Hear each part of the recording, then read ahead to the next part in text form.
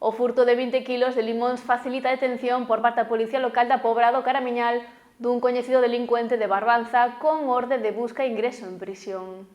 A última hora da tarde do sábado foi detido Evaristo Andrés alias Spiderman por un presunto delito de hurto de 20 kilos de limóns.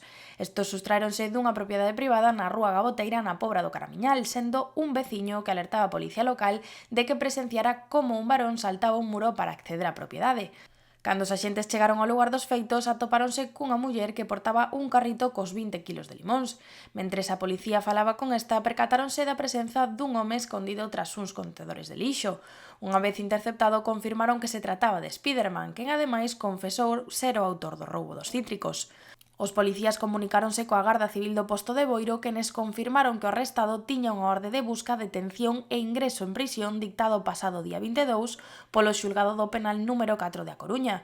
Ademais, os axentes da Policía Local da Pobra consideran ao arrestado sospeitoso de outros roubos con forza nas últimas semanas.